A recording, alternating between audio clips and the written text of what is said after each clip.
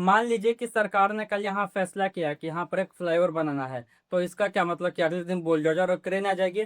ऐसा बिल्कुल नहीं होने वाला है, क्योंकि एक फ्लाईओवर शायद हजारों करोड़ों का हो, लेकिन इसकी शुरुआत होती है एक छोटे से पीडीएफ के फाइल से।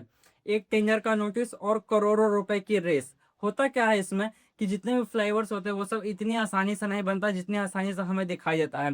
क्या आप जानते हैं कि हमारे देश में कितने टाइप के ब्रिजेस है, कितने टाइप के फ्लाईओवर्स है, कौन सा ब्रिज क्यों बनाया गया है, कौन सा फ्लाईओवर क्यों बनाया गया है, क्या नाम है उसका? तो आज के इस वीडियो में हम लोग ये सब कुछ डिटेल में समझेंगे। तो शुरुआत करते हैं हम लोग सरकारी दफ्तर से। तो कोई भी जो फ्लाईओवर होता है वो सीधे ग्राउंड पर स्टार्ट नहीं हो जाता, उसकी शुरुआत होती है सरकारी दफ्तर से। लेकिन वीडियो में आगे बढ़ने से पहले हम लोग फ्लाईओवर के बारे में थोड़ा सा बेसिक समझ लेते हैं। एक 4 लेन या 6 लेन का जो फ्लाईओवर होता है, उसको लगभग 1 ही किलोमीटर बनाने का खर्चा 60 करोड़ से लेकर 150 करोड़ तक का जाता है। वहीं अगर हम लोग आइसोलेटेड जंक्शंस की बात करें, तो वहां पर लगभग सिर्फ एक रफली 1 से 1.5 किलोमीटर का जो राउंड होता है, उसका खर्चा सिर्फ 90 करोड़ तक चला जाता है, सिर्फ 90 करोड़। फ्लाईओवर का पिलर और डेक सीमेंट M40 या MCC से हाई ग्रेड कंक्रीट से बनाया जाता है, लेकिन कंक्रीट सीमेंट नहीं होता, वो लोग इस्तेमाल करते हैं इसमें मिक्स स्टोन और एम सैंड, यानी कि नदी नदी का जो रेत होता है, इसको इस्तेमाल करते हैं। लेकिन जरा समझिएगा, यहाँ पर अभी तक पुल का कुछ बना भी नहीं है और यहाँ पर करोड़ों रुपए अभी अभी से ही खर्च हो गए। एक जो कंक्रीट होता है वो किसी भी ब्रिज के लिए बॉडी का काम करता है, और उस कंक्रीट के बाद जो स्टील होता है, जो हम लोग को लगता है कि वो लोहा दिखता है बट वो स्टील होता है, वो उसके लिए एक हड्डी का काम करता है। तो यहाँ हम समझते हैं कि वो लोग इस्तेमाल इस्तेमाल करते हैं FP550 जैसे TMT स्टील बार्स को उसमें लगाते हैं। लेकिन आजकल के जो ब्रिजेस होते हैं, होता क्या है इसमें कि बहुत सारे स्टील गर्डर को यूज किया जाता है, उसको गैंगट्री या लॉन्चिंग पैड से किसी तरीके से उसको ब्रिज के पाया पे उसको डाल दिया जाता है। लेकिन आज हमारे मॉडर्न जमाने में जो जितने इंजीनियर्स हैं वो लोग स्टील और कंक्रीट पे डिपेंडेंट नहीं होते हैं, वो लोग यूज करते हैं हाई टेंसाइल फाइबर केबल्स। वो लोग इन केबल्स का इस्तेमाल करते हैं ताकि ब्रिज को और भी मजबूती दे सके, और लोग भारी से भारी वेट को भी सहा जा सके। और उसका नाम प्री स्ट्रेसिंग स्ट्रैंग्स। अब हम लोग समझते हैं बेरिंग्स को। क्या आपने भी ऐसा सोचा है कि एक पाया होता है, उस पाए के ऊपर कैसे बड़े बड़े डेस्क रख दिए जाते हैं? वो डेस्क सीधे पाया पर नहीं रखा जाता, उसको रखा जाता है बेरिंग्स पर। वो जो बेरिंग्स होता है वो सर्दी गर्मी भारी भारी ट्रैफिक बरसात ये सबको झेल लेता है। और ये होता क्या है कि उसमें जो गर्मियों का मौसम है वो सिकुड़ जाता है, और ठंड के मौसम में वो थोड़ा सा फैल जाता है। अब समझते हैं एक्सपेंशन ड्राइंग्स को। आप जब भी किसी पुल पर जाते हैं तो आपको धक धक आवाज करता होगा जब आप उस पाया को पार करते होंगे। वो होता क्या है कि वो एक्सपेंशन जॉइंट्स के कारण, वो एक्सपेंशन जॉइंट्स होते क्या है कि उस पुल को टूटने से बचाए रखते हैं उसको। अब हम लोग आते हैं अपने असली मुद्दे पर कि कौन सा ब्रिज और कौन सा फ्लाईओवर किस लिए बनाया जाता है और उसका नाम क्या है। सबसे पहले आता है बीम ब्रिज। ये ब्रिज आपको लगभग हर एक शहर में दिख जाएगा। इसका काम होता है कि सीधे एक हाईवे देना, या कोई एयरपोर्ट रोड या कोई सिंपल सा जो रास्ता होता है, जो लोगों को एक मतलब एक एक्सप्रेसवे का एक जगह दे देना। बॉक्स गर्डर ब्रिज, ये बॉक्स के शेप का होता है, लेकिन ये बहुत ही स्ट्रांग और बहुत ही लाइट वेट होता है। इसका काम क्या होता है कि जितने भी इसको इस्तेमाल किया जाता है मेट्रो प्रोजेक्ट्स के लिए, और जो लॉन्ग फ्लाईओवर्स होते हैं उनके लिए, और एक्सप्रेसवेज के लिए, ये किसी भी कर्व को झेल सकता है।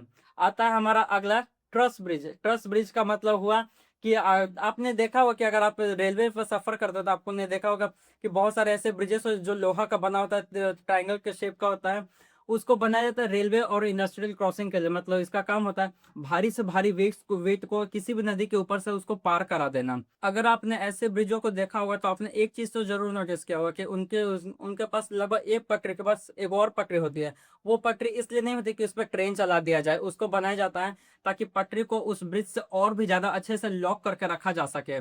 और अब हम समझते हैं आर्क ब्रिज को। आर्क ब्रिज होता है एक बहुत सबसे पुराने जमाने का ये ब्रिज होता है, लेकिन इसका काम होता है कि बस सीनिक लोकेशंस के लिए, और इसको नदियां पार कराना और वैलीज के पास बनाना। हमारे देश के पास जम्मू कश्मीर में भी ऐसा ही सेम ब्रिज है, आर्क ब्रिज। आता है हमारा कैंटिलीवर ब्रिज। इस ब्रिज में होते क्या है कि इसमें पिलर जो होते हैं वो होते ही नहीं है, या तो फिर एक आध दो ही होते हैं। हमारा हावड़ा ब्रिज इसका सबसे बेस्ट एग्जाम्पल है।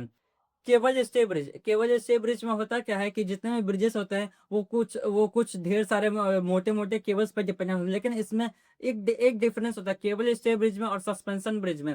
केबल स्टे में होता क्या है कि एक बड़ा सा केबल होता है दोनों साइड से, और उनको दोनों साइड से उसको मतलब ब्रिज जो केबल्स होते हैं उनसे उसको हैंडल किया जाता है। लेकिन जो सस्पेंशन ब्रिज होता है उसमें बीच में भी एक होता है। आपने बहुत सारे लॉस वेगास GTA 5 जैसे गेमों में देखा होगा, इस टाइप के ब्रिज रेड कलर के वो ब्रिजेस होते हैं। एक्स्ट्रा डोज्ड ब्रिज, ये आपको लगभग हर एक मेजर सिटी के सेंट्रल इलाके में या किसी राजधानी जो सिटी होते हैं वहां पे आपको ये ब्रिज दिख जाएंगे। यहाँ पे केबल नहीं होता है, यहाँ पर होता है क्या है कि मोटे मोटे लोहे होते हैं, उन लोहे पर पूरे ओवरपास के लिए या अंडरपास के लिए उसको बना दिया जाता है, और बीच से उस वहां वहां से गाड़ियां निकलती हैं। अब हम लोग समझेंगे फ्लाईओवर्स के बारे में। स्टेट फ्लाईओवर ये होता क्या है कि जैसे कि नेशनल हाईवे हो गया, और जो मेन मेन जो बड़े बड़े जो हाईवे होते हैं उनको पासिंग देने के लिए बहुत ही स्ट्रेट रास्ता होता है। आता है हमारा नेक्स्ट टी शेप फ्लाईओवर। ये जो टी शेप फ्लाईओवर है ये टी जंक्शंस के लिए बनाया जाता है। इसका काम होता है कि जो एक मेन हाईवे है और दूसरा उसके आसपास के जो लोकल हाईवेज हैं उनको जगह दे देना, मतलब नीचे का ट्रैफिक कंजेशन को किसी तरीके से कम किया जाए। आता है हमारा तीसरा स्पाइरल फ्लाईओवर। ये इस टाइप का फ्लाईओवर होता है कि आपने देखा होगा चाइना के ब्रिजों में या विदेश के वीडियो फुटेज में होता है क्या है इसमें कि एक ही तरफ से ढेर सारे गोल गोल ऊपर जैसे सीढ़ी जैसे चढ़ने वाले मतलब गोल गोल बनाए हुए होते हैं। उनका काम होता है कि कम से कम जगह पे मैक्सिमम गाड़ियों को ले जाया जा सके, बिना उसको रोके, बिना किसी ट्रैफिक सिग्नल्स के।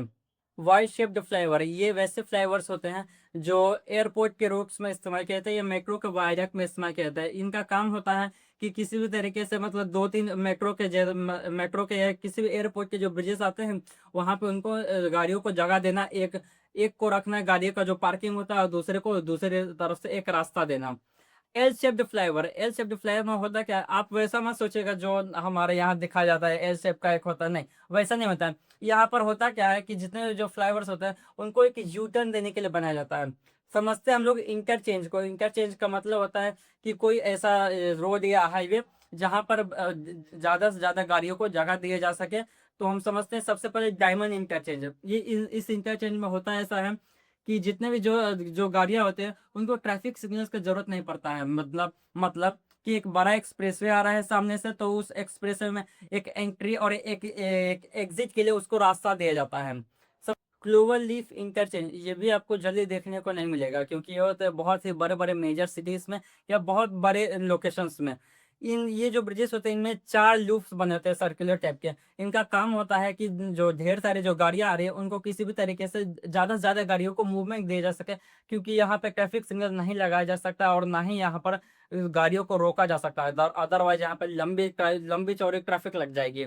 इसका एक छोटा भाई होता है पार्शियल ओवरलेप। जब पैसे कम हो, जमीन कम हो, तब इसको बनाया जाता है। इसमें बस लिमिट में ही काम का ही दो लूप्स बनाया जाता है। इसका भी यही काम होता है कि किसी भी गाड़ी को हर एक एंगल में उसको रास्ता दिया जा सके, बिना किसी टकराव के, बिना किसी एक्सीडेंट के। देखा वो डबल डेकर ब्रिजेस जिसमें सबसे ऊपर होता है लोकल ट्रैफिक और बीच में होता है मेट्रो या ट्रेन, और सबसे नीचे होता है हमारा नॉर्मल एक्सप्रेसवे या रोड्स।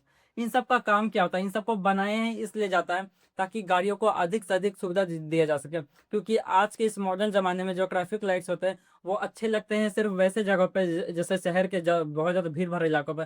लेकिन जहाँ पर ये जो एक्सप्रेसवे और जो हाईवे की बात आती है वहाँ पर अगर ऐसा किया जाए तो सबकी गाड़ियाँ देरी हो जाएगी और बच्चे को जो जो इंडस्ट्री वो भी भाग जाएंगे, वो भी भाग